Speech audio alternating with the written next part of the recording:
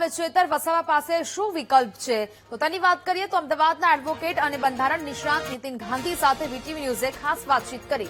ચેતર વસાવાએ ચુકાદા સામે ગુજરાત હાઈકોર્ટમાં અરજી કરવી પડશે। 30 દિવસમાં અરજી ના કરે તો ધારાસભ્ય પદ જવાની શક્યતાઓ છે। હાઈકોર્ટ અરજી ના સ્વીકાર કરે તો ફરજિયાત આપવું પડશે રાજીનામું। હાઈકોર્ટમાં અરજી રિજેક્ટ બાદ 30 દિવસમાં સુપ્રીમ કોર્ટમાં અરજી રજૂ કરી શકે। હવે ચેતર વસાવાના ધારાસભ્ય પદનો હાઈકોર્ટ અને સુપ્રીમ કોર્ટના ચુકાદા પર આધાર રહેલો છે।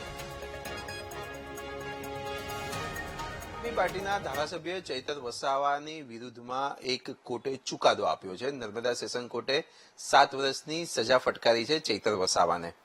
ચૈતર વસાવાનું હવે શું થશે? રાજકીય કરિયર કઈ રીતનું રહેશે? તેઓ ધારાસભ્ય પદ ઉપર રહેશે કે નહીં રહે? આ તમામ બાબતે બંધારણના જાણકાર એક્સપર્ટ અને અમદાવાદના એડવોકેટ નીતિન ગાંધી આપણી સાથે જોડાયા છે। તેમની સાથે ખાસ વાતચીત કરીશું। નીતિનભાઈ, એક ધારાસભ્યએ વન કર્મચારી ઉપર હુમલો કર્યો, નામદાર સેશન કોર્ટે 7 વર્ષની સજા ફટકારી। નિયમ શું કહે છે હવે ધારાસભ્ય પદ માટેનો? જ્યારે બી કોઈ ધારાસભ્ય હોય કે કોઈ અધિકારી હોય તેમને સજા થતી હોય છે તો સામાન્ય રીતે જે પોસ્ટ ઉપર હોય એ પોસ્ટમાં સસ્પેન્શન આવતું હોય છે।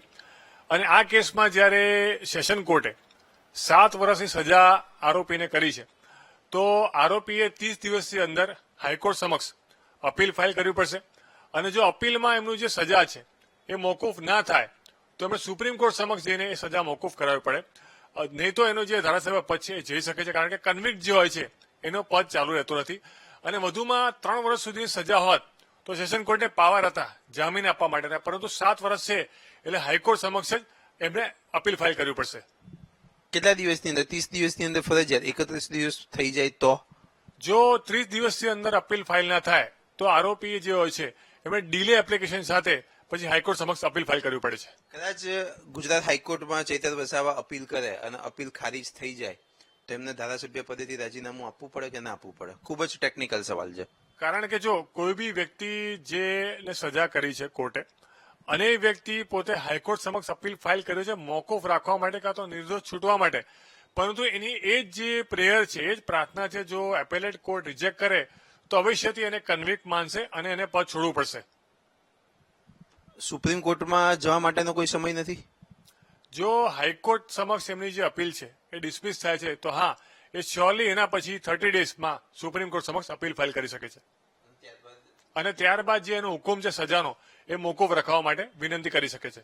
કેસ જ્યાં સુધી ચાલે ત્યાં સુધી એ ધારાસભ્ય રહી શકે? જો કોઈ પણ આરોપીને સજા કરી હોય અને જો એની અપીલ કોર્ટ જે છે એ સજા મોકૂફ રાખે ત્યાં સુધી એનો હોદ્દો ચાલુ રહેતો હોય છે। ટેકનિકલો અનેક કારણસર છે। નામદાર સેશન કોર્ટ દ્વારા, નર્મદા સેશન કોર્ટ દ્વારા જે હુકમ સંભળાવવામાં આવ્યો છે ત્યારે હવે 30 દિવસની અંદર ગુજરાત હાઈકોર્ટમાં અપીલ કરવામાં આવશે અને જો ગુજરાત હાઈકોર્ટમાંથી પણ અરજી રિજેક્ટ થશે તો સુપ્રીમ કોર્ટમાં જશે। કેમેરામેન રાજેશ ગઢવી સાથે પાર્થ જાની, વીટીવી ન્યૂઝ, અમદાવાદ।